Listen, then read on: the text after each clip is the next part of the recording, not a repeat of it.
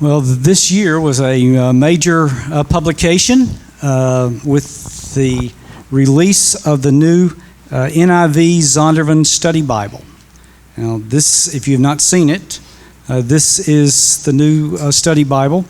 It can be used for weight training as well as Bible study. It's a massive 2,900 pages, and it's a incredible resource of study. And Dr. Don Carson was asked by Zondervan Publishing House to serve as the general editor for this project. And so we wanted just to have an opportunity for a conversation about this project, about study Bibles in general, and then how this work fits into that, how it can help you and how it can serve the church. So we thank you for being here. Within the Protestant tradition, study Bibles have been a part of that tradition for many years. We trace the Reformation, the Protestant heritage, back to the beginning of the 16th century, and by 1560, we have the Geneva Study Bible being published, which brought together the notes and perspectives, interpretation of primarily Puritan interpreters and those who wanted to pass on the Reformed thinking and tradition to the next generation. So we learn from that tradition all the way up to the 20th century, when study Bibles really were popularized in American evangelicalism through the Scofield Study Bible, which has sold millions of copies and brought a particular interpretational theory into the church, and has been widely used by pastors and laypersons alike. And study Bibles have really started to increase in recent years. And I brought a couple of illustrations, some outstanding contributions to this work. The ESV Study Bible was released less than 10 years ago, and it's a very fine contribution on that particular translation. And then here is another one on the Holman Christian Standard Bible. These two are on the bestseller list and among the top choices. And then prior to this Bible was the NIV Study Bible, which was published a couple of decades ago. And so now this is a work that builds on that in some ways, and the new NIV translation, and brings study Bibles to a new level of excellence, really, with all that is packed into this particular work. So in light of all of those things, Dr. Carson, can you tell us how the NIV Zondervan Study Bible kind of fits into that large picture, and what contribution it makes to the church and to readers of Holy Scripture? I think the first thing to say is that the best of the study Bibles have more in common than more of what divides them. In other words, a basic half dozen or dozen of the best study Bibles are really good to use, and I don't want to spend any time knocking other study Bibles. The distinctives of this one are primarily two. It's based on the 2011 NIV. That is the latest version of the NIV. And the NIV still outsells all other English translations by between 3 and 4 to 1. And so to have a study Bible that's based on that text is hugely helpful. Moreover, although some people prefer, for example, the English Standard Version, I've observed that in parts of the world where English is everybody's second language, people much prefer the NIV because it's more readable. The ESV is a little harder to understand. So in terms of global impact and so on, those are considerations. The second thing is that our study Bible is built not around the structures of systematic theology, but around the structures of biblical theology. Now, you might be coming back to that question later. Go ahead. Or do you want me to unpack it a bit now? Mm-hmm. Systematic theology asks atemporal questions about God. What is God like? What are the attributes of God? What is sin? What does the cross achieve? And so Systematic theology is concerned to put together a theological structure that's coherent and self-consistent and biblically faithful in terms of structures of truth. And the ESV is very strong in that regard. There is an appendix that was written by Wayne Grudem. Many of you will know his widely distributed systematic theology. There's a kind of mini systematic theology at the back end of it. And so the whole of its notes and direction are full of praise to God. It's reverently written. It's very helpful along that sort of line. We chose a different path. The path of what is nowadays called biblical theology, where you're interested in tracking things out across the Bible storyline. Now you don't ask the question, what are the attributes of God, but what does the prophet Isaiah contribute to the developing unfolding of who God is? And what are the themes of John's gospel?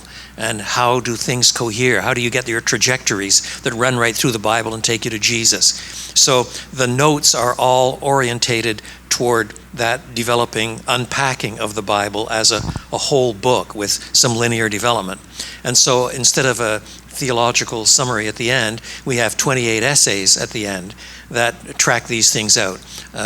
Priest, temple, sacrifice, covenant, brief essays that simply follow these things through the whole Bible so that you can see the tendons, as it were, that enables you to put the whole Bible together into one coherent, God-ordained book.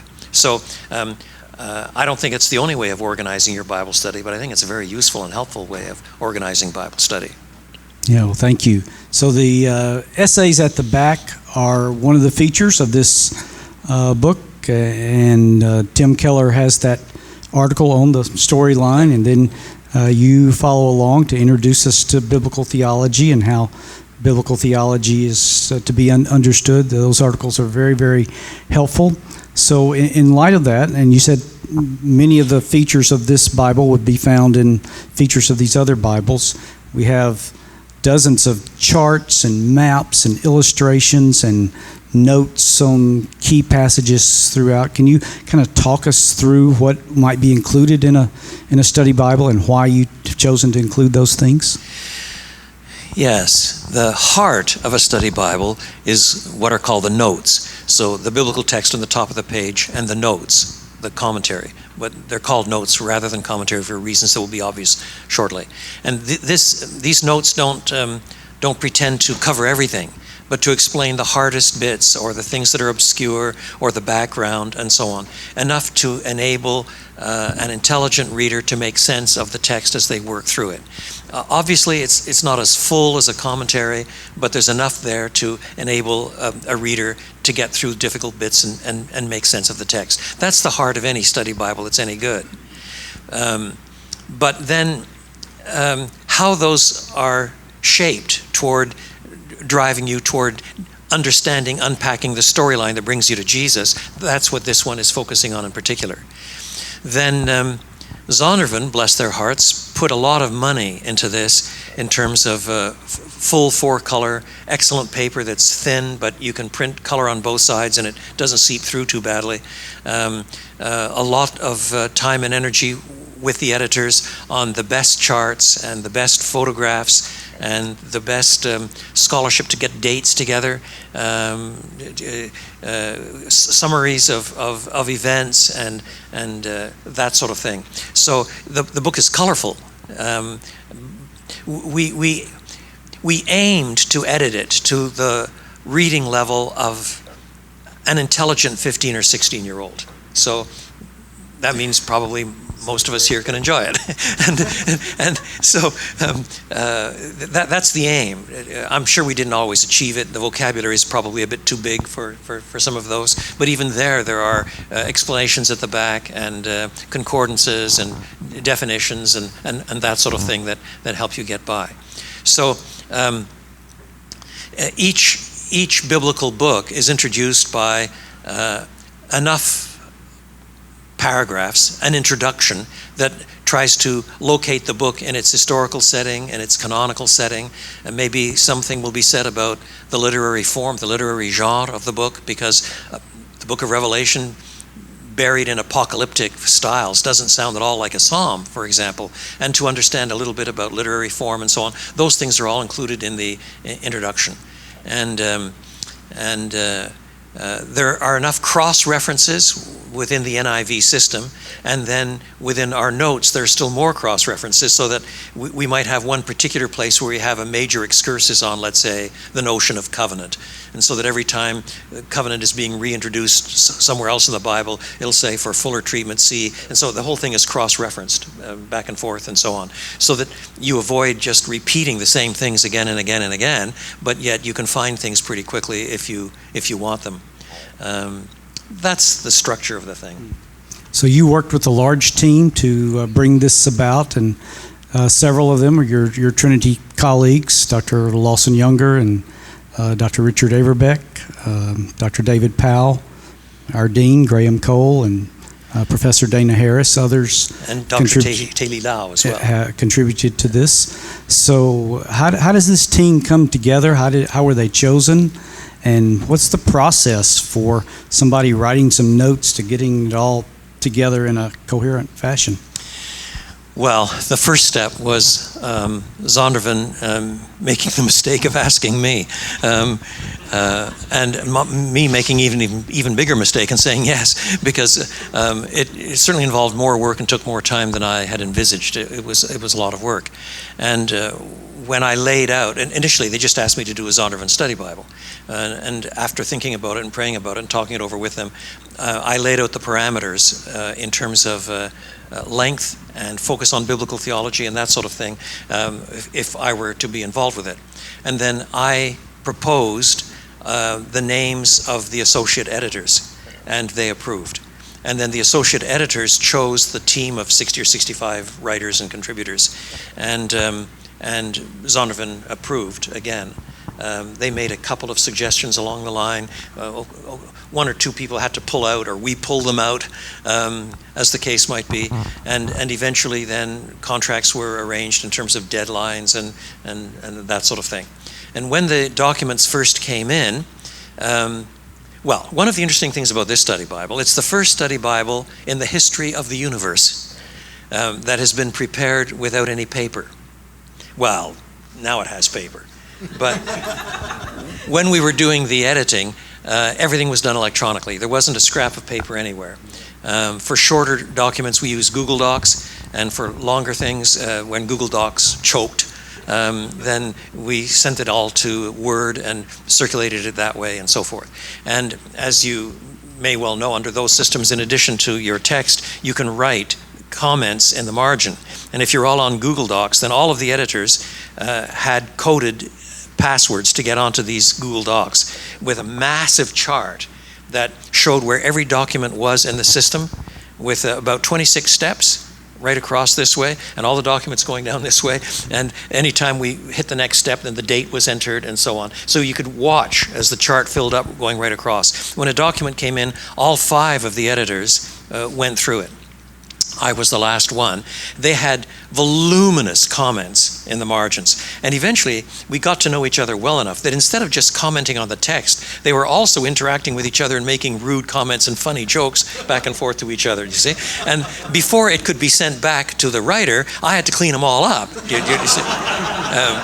So I was the last one and adjudicated between the editors if they were disagreeing about something, and that sometimes involved back and forth, to and froing. You know, did you really mean that?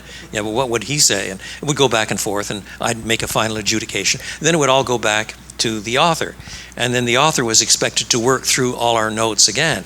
And those are comments, as we call them. And those comments were anything from content related to level of English, to the form not being right, to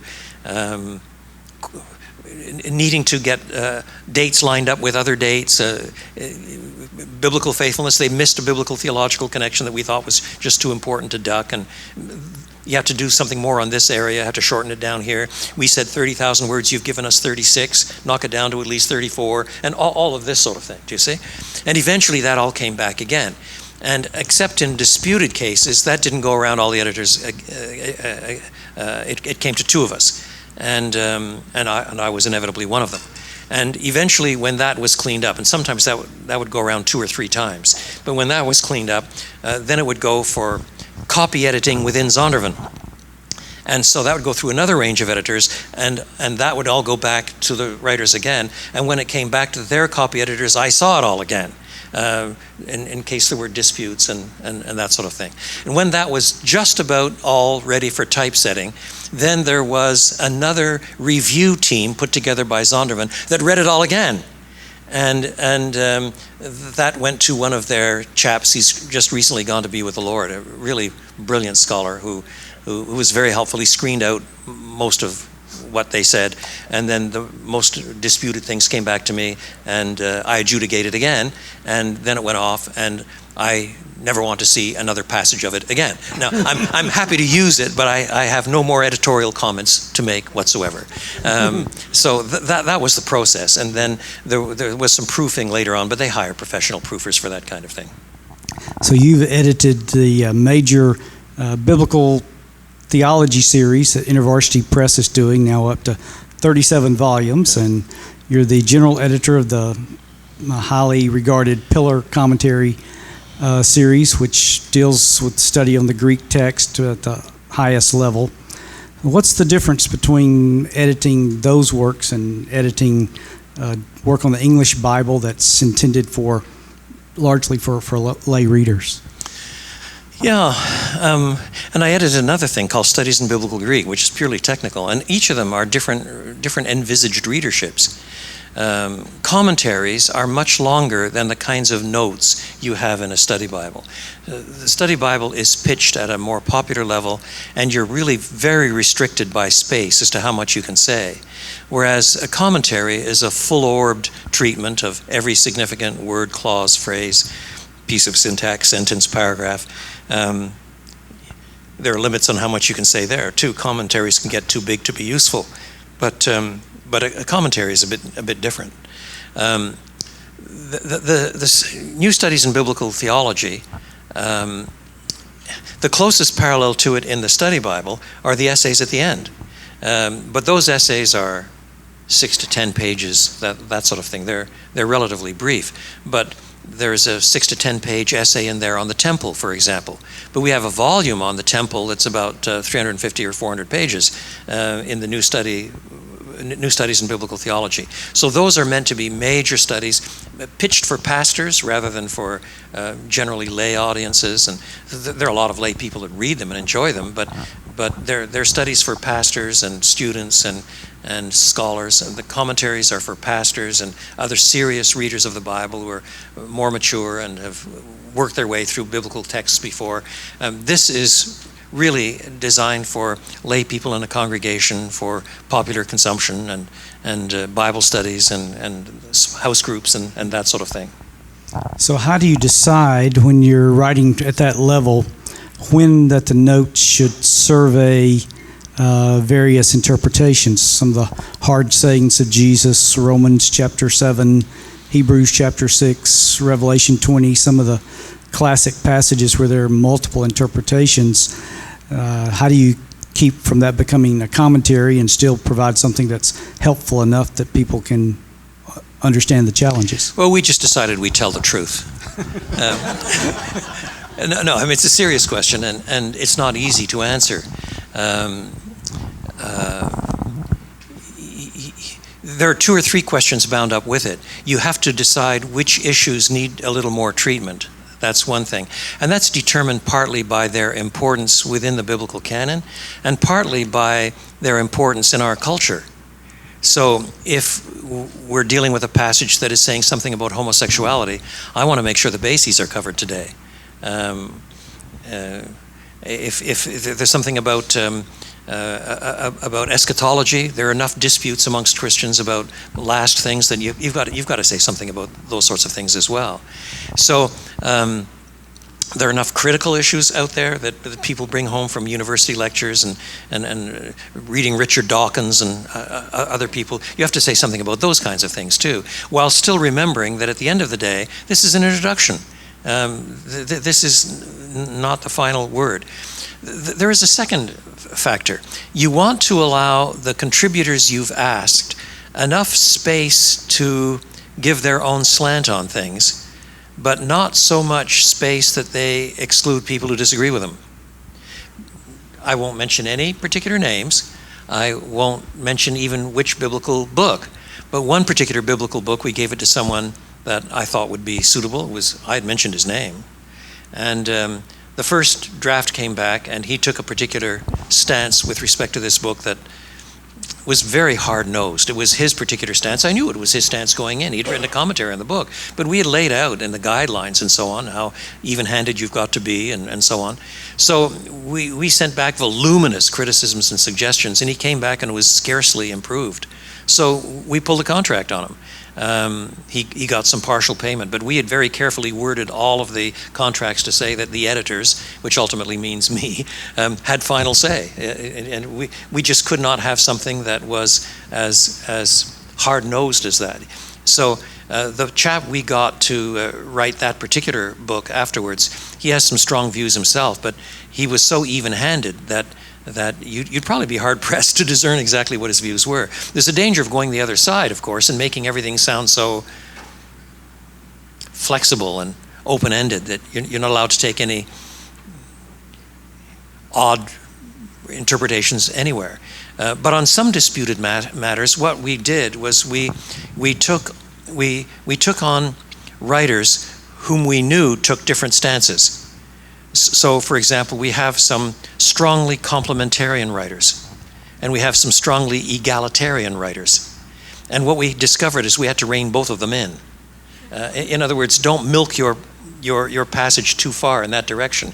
Now, you can argue your corner, but the balance of our study Bible is often in the accumulation of different authors doing their bit. But even then, we've sort of reined them in to make sure that they don't overstate their own slant and position. So all of those devices and stances were there. So some study Bibles are marketed as representing a particular theological position. The Ryrie Study Bible, or the MacArthur Study Bible, or the Reformation Study Bible, or the Scofield Bible. Did the editors agree on a particular theological framework for this publication? What I've called it is confessional, historic, evangelical study Bible. I want all those words in there. It's not lowest common denominator evangelicalism, which nowadays can mean almost anything and be pretty soporific and spongy. So it's tough-minded in that sense. Inevitably, because I'm the editor, it probably reflects some of my predilections. But there's certainly passages that are taking positions that I don't take, too. And if they were within bounds set by the editors together, then I allowed them. If they took the same position but allowed other positions equally, then I allowed them. If they took positions, whether I agreed with them or not, that were just too harsh, then I edited them, or chopped them, or revised them, as the case may be. So that was the way we proceeded. I'm sure some of my dispensational friends will be displeased. It's possible that some of my Reformed friends will be displeased. It's possible that some of my egalitarian friends will be displeased. And some of my complementarian friends will be displeased. So I aim to displease everybody very even-handedly. No, that's not quite fair. It's meant to be robustly confessional, and above all, that if it treats another position within confessional evangelicalism, that the other position that's treated won't feel it's been mistreated. That's a value that Tim Keller is very good at. Before he answers a position, he wants to be able to articulate the opponent's position better than they can.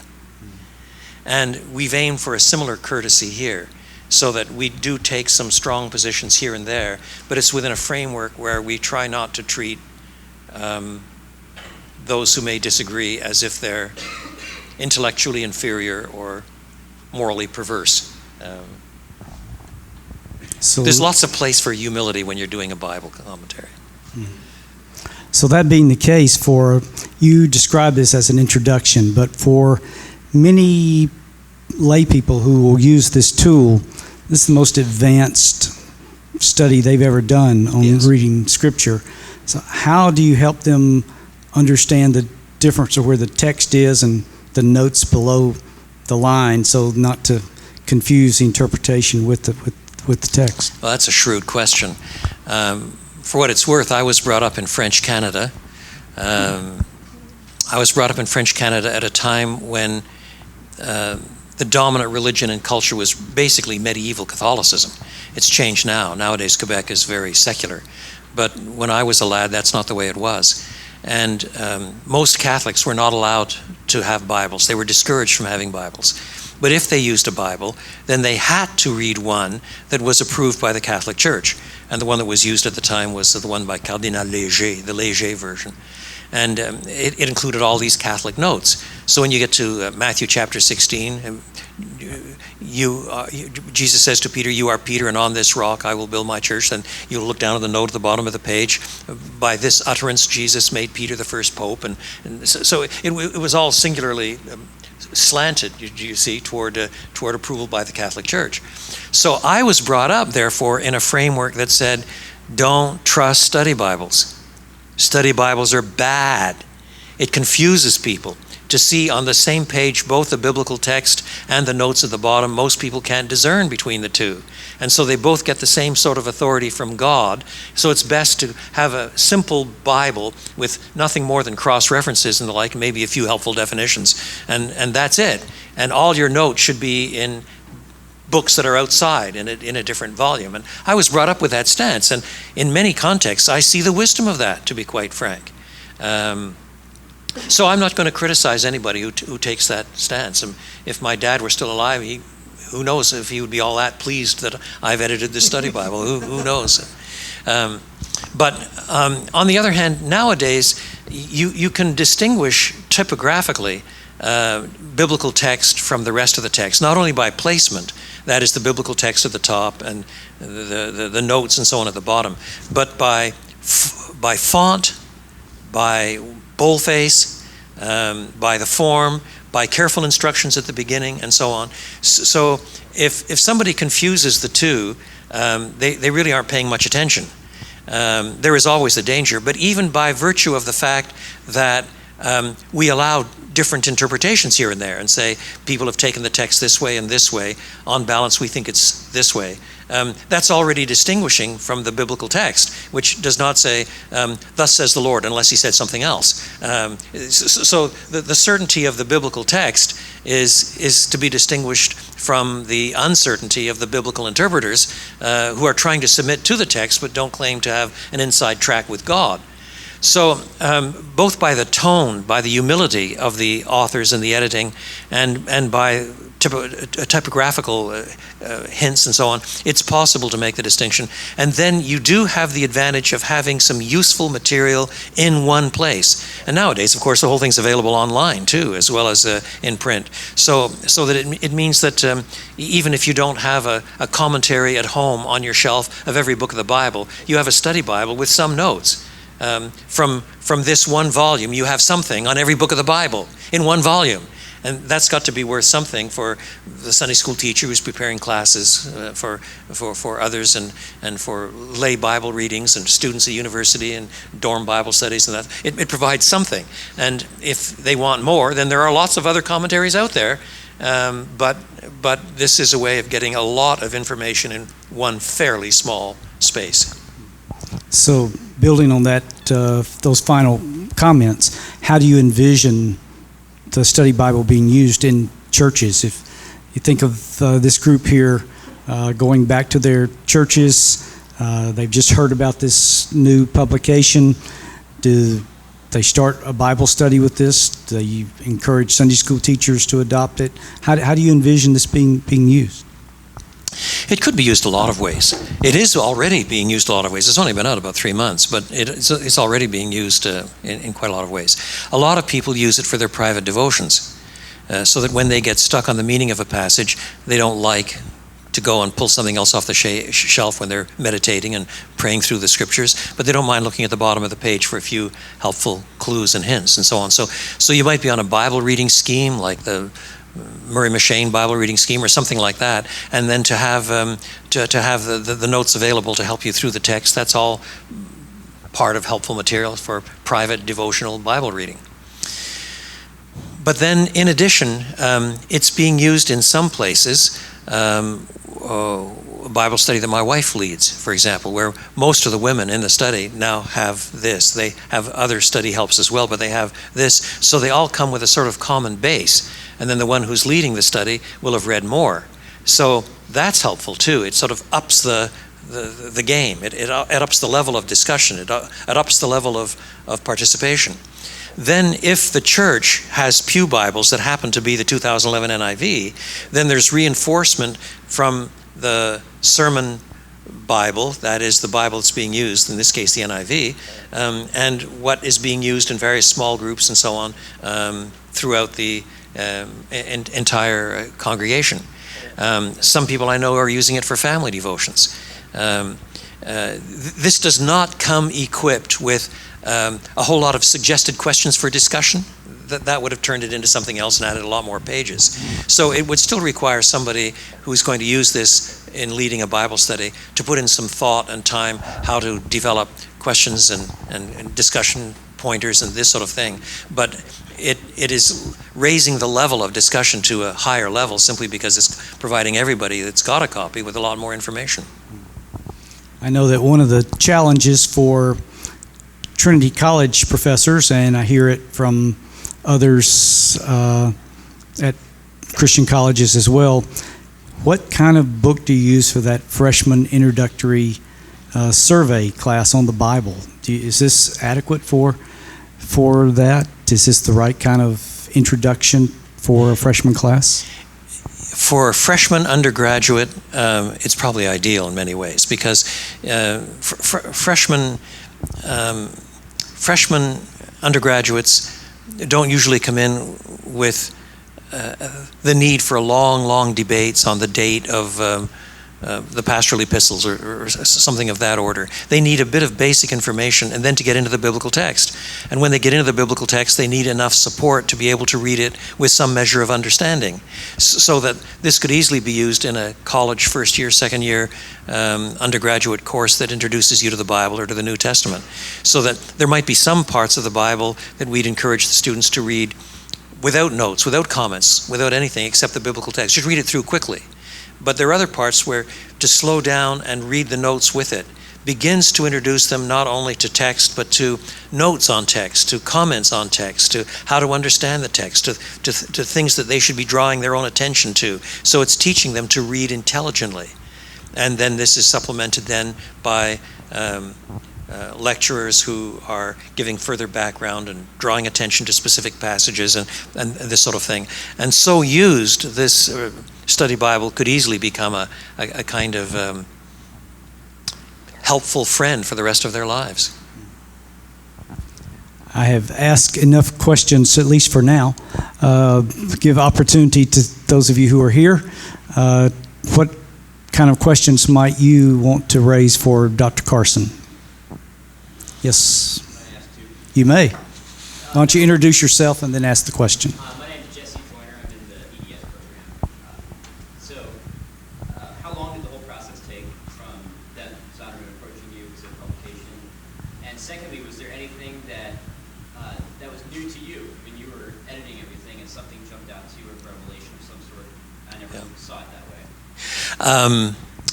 From beginning, when we first had a breakfast together at Walker Brothers in half day, to off my plate and in the press, but not quite out yet, just over 5 years, which is about half the time that study Bibles normally take. And it was partly because there was no paper. So that, for example, when the 5 editors were working on it, they were all working on it at the same time.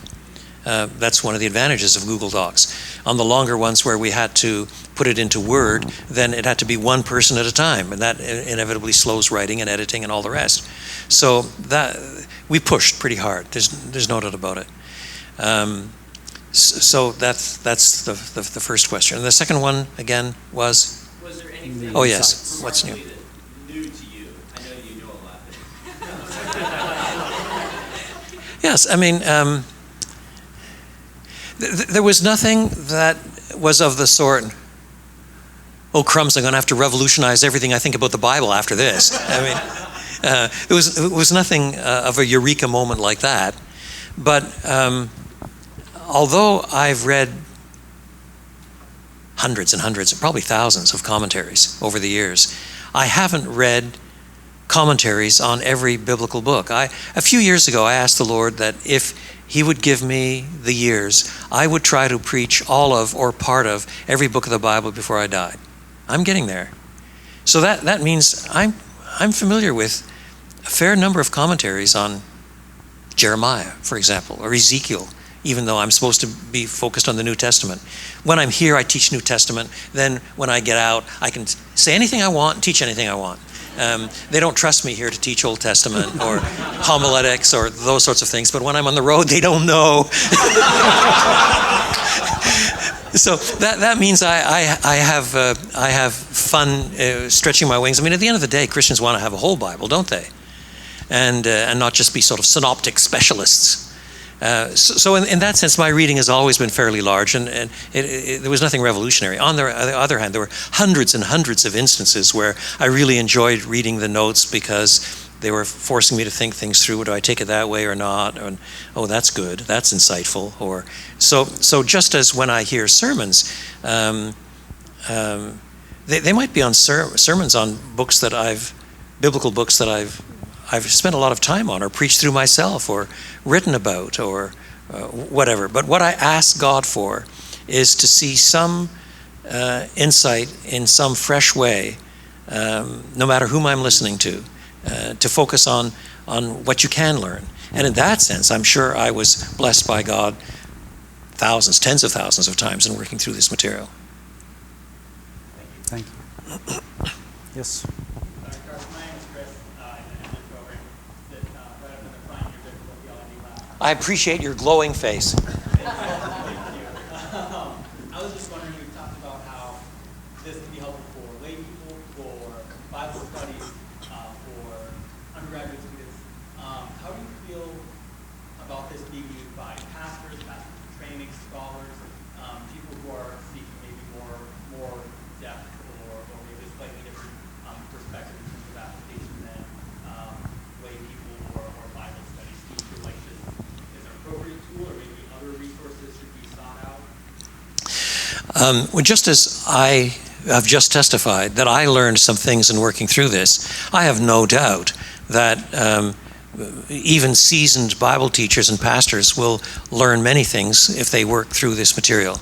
They may learn fewer things from those biblical books where they have spent more time preaching, but let's be quite frank, there are a lot of preachers who spend 80 or 90% of their time preaching from the New Testament and hardly ever get to the Old. Or they spend their time on the pastoral epistles but have never really tackled Acts in a systematic way, or maybe one of the synoptics but not all three, and so on. So there is a lot to be learned from it no matter what level you're at. On the other hand, it's not as if I would argue that pastors and seasoned scholars and so on should abandon this in favor of something tougher. But in addition to this, they'll want something more. In other words, this will give good survey, good introduction, good thoughtful notes, faithful exegesis, and so on. But I would like to think that a pastor who is deeply committed to expository ministry will read some good commentaries as well, so that while the best of the people in the congregation are using this, he himself is going deeper yet. So it's not as if you can skip over this because it puts things together in a holistic way and brief compass pretty well. But on the other hand, he's probably cheating his people a wee bit if he's not doing more than this. Very good. Yes, sir. Andrew Brantley, I work in a mission here. I also am the pastor of church in Arlington Heights. So I'm thinking about my life, and I feel a little busy and overwhelmed with everything I have to do. But then I see that you edited this, you have a lot of recent publications in addition that come out.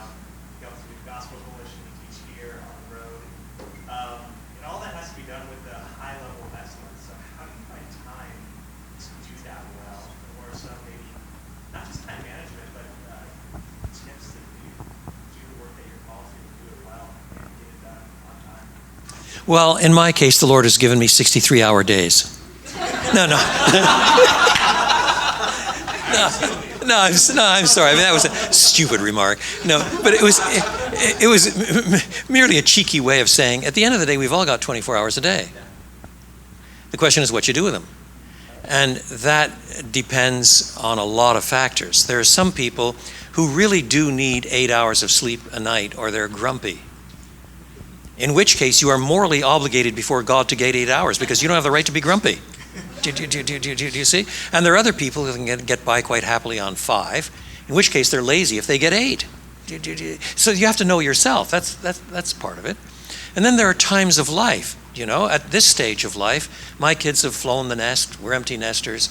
That's a little different than when I had 2 teenagers and so on. So I'm on the road more now and so forth.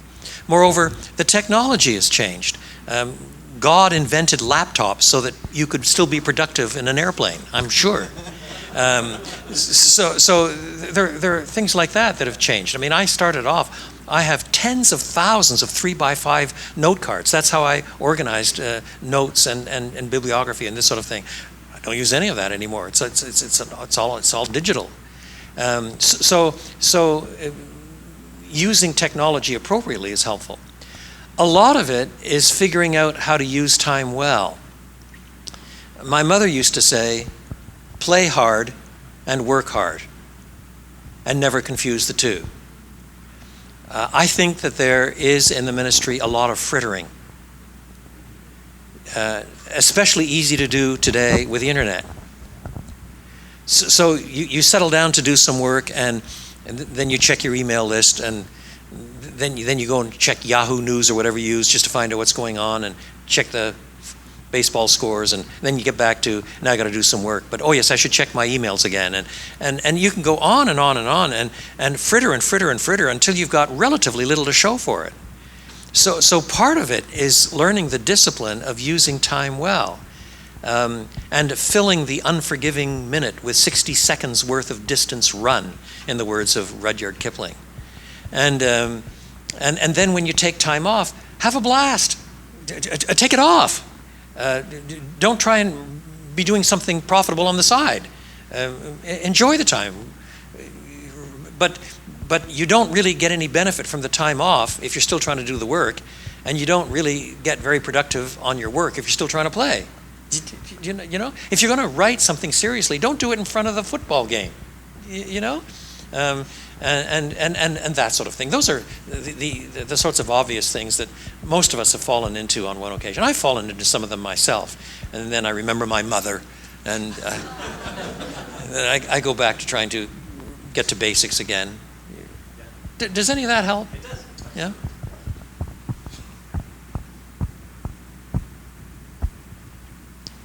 This is Evan Yes. from India, and I'm an EDS student. I don't know whether this is the right place to ask this question, but I have the courage to ask this. In India, I'm sure that people like NIV study Bible because it is easy to read. But at the same time, I feel that among the evangelicals, they have trouble in accepting this because of one reason, especially Matthew 17:21. It says, the New King James Version says, oh, this kind of demons does not go out except by prayer and fasting. So the NIV omits that particular portion, prayer and fasting. So I don't know how to explain, or whether you made some comments about that in this study Bible. Yes, there is a note on the point. And what is at issue here is textual variance. That is, it's not a question of interpretation, because fasting is taught elsewhere in Scripture. It's a question of textual variance. So we hold that when God gave the word, he gave it initially without error, but he did not guarantee that manuscripts would be copied without error. And if he had so guaranteed it, he would have had to intervene miraculously for every copy that was made. After all, you have to remember that until 1453, there was no printing press. And so every manuscript had to be copied by hand. And if you have any doubts about how difficult that is, go home and take the Gospel of John and write it out as accurately as you can, copying it line by line as carefully as you can. And then when you're done, give it to a friend to find the mistakes. And you will be horrified. And so inevitably there is a science of finding which manuscripts are most faithful to the original. And there are a lot of ways of doing it. Some mistakes are obviously spelling mistakes or easy things that you can fix. Sometimes you have what's called dittography, where somebody writes a line and then repeats the same line again. His eye has picked up the same line and his mind has gone into neutral and he just says the same thing twice. You can spot that. Haplography, where you leave a line out. Your eye has picked up the next line and left a line out. And there are all kinds of categories of errors whereby you can come to about 99.8% certainty on what the original text was. But in the opinion of the CBT, the Committee on Bible Translation, and fasting was not part of the original. And it happens to be one that's a closer call, but that's why. And so just as Christians here can be caught up with a certain kind of traditionalism, they like a particular version because they were brought up on it, so Christians in India, in the various languages, can be caught up with their particular translation and are deeply suspicious and have one particular test case by which the entire universe stands or falls. I mean, that sort of thing happens in every culture. But then it's important on the long haul. It's not the sort of thing you want to do first time you stand up in a pulpit in a new place. But on the long haul, the church does need to be taught how the Bible came down to us and what text criticism is, what textual variations are, and how God...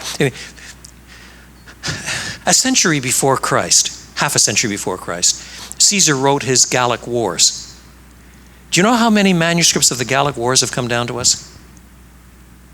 3. Do you know how many manuscripts we have of the New Testament? 5,000 in Greek and 8,000 in versions.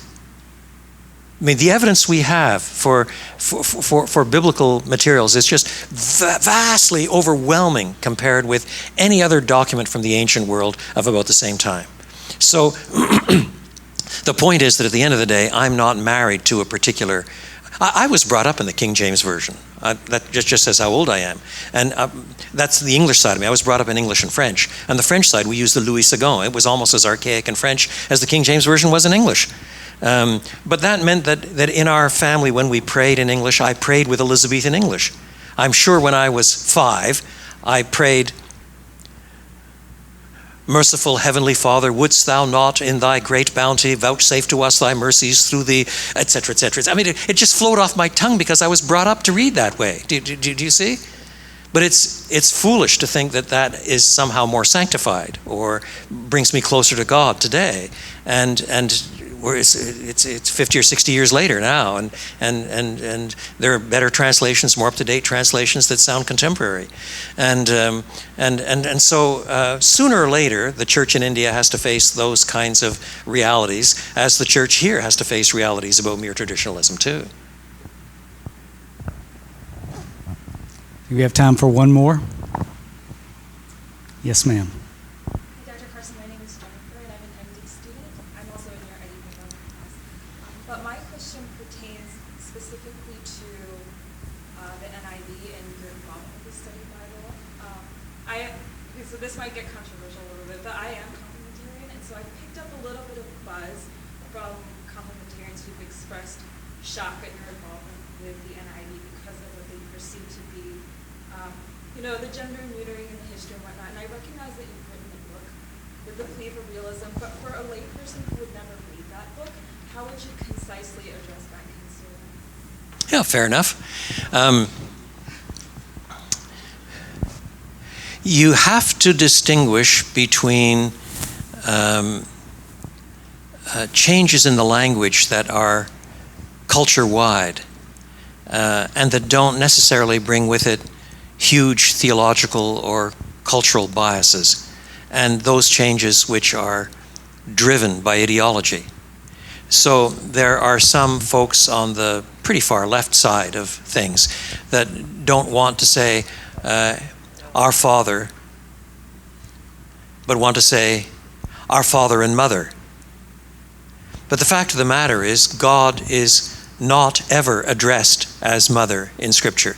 Occasionally, in half a dozen places, there are passages where mother analogies are used. As a mother cares for her child and so on. Though a mother forgets her child, yet you will not forget me, and things like that. But God is always addressed, and the pronouns used for him are invariably masculine. And that is the way in which God has disclosed himself. He's chosen to do it that way for all kinds of reasons that would be fun to explore with you. But that means I don't worry about a translation that is largely gender neutral, but that gets the pronouns for God right. In other words, if you listen to news broadcasters, increasingly you hear plural they used for singular people as a way of avoiding saying he and she, or he or she, and so on. The language has changed. When I was a boy, I was taught to say, "It is I." That's what Jesus says when he comes across, walking on the water. "It is I." And then when I was about 20 or 25, some guru somewhere or other decided that "it's me" is okay. Well, of course, what that's really doing is using an accusative in a place where a nominative should stand. I mean, that's disgusting. It should not take place. But the point is that linguistics teaches that language is shaped by use. It's shaped by use. It's not the other way around. There's not a bunch of eggheads sitting somewhere in Oxford deciding what use will be. Use is determined by the majority of intelligent, literate, well-trained people and their use. And then observers comment on it and eventually codify it. And the codifications keep changing. So my argument is that nowadays a lot of changes have been made in this area of gender sensitivity, gender neutrality, and so on. And it becomes part of good translation to acknowledge that. So when Paul says, in speaking to the Athenians in Acts chapter 17, "Men of Athens," okay, the word is anthropoi, and that's used to cover men and women. And by the end of the chapter, it's clear that there were some women there. Now, if today men really does mean males, even if we acknowledge that 20 years ago, 30 years ago, 50 years ago, whatever, men could mean, in the right context, men and women, if today men really does connote men only, then I would say it's a better translation, a more faithful translation, to say, in that context, men and women of Athens. Do you see? Not because I'm changing the Greek text, but because the change has occurred in the English word. Does that help at all? And that's having to do with language, not church leadership in any way. Correct. That issues to do with a theological issue very different of complementarianism, questions. and so the theological issues are far more involved than mere language. I don't think I'm telling stories out of school here to say that the Organization on Biblical Manhood and Womanhood, at one point Doug Moo and I and others were on their advisory panel, but when they took the step to connect their complementarianism with linguistic commitments, in conscience we had to step off. Now, more years have gone by and they've dropped that connection nowadays, which I appreciate. I think that they've learned some lessons, and it's a good thing. So I'm prepared to defend complementarianism, as there are some folks here who want to defend egalitarianism, but I really do think biblical complementarianism, rightly defined and not used as an excuse for abuse and all the rest, is what is biblically mandated. But that doesn't trip me up on linguistic use where there is no ideological agenda.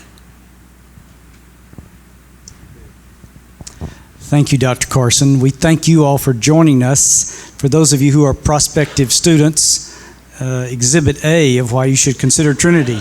It's a wonderful opportunity to study with the very best there is, and Dr. Carson and his colleagues would welcome you coming to their classes in days to come. And those of you who are here as part of the Trinity community, be thankful that you have the privilege of studying with a faculty that is without peer in the evangelical world, and thank the Lord that he has led you here to this place. Join me, please, in thanking Dr. Carson for his leadership here tonight. Thank you.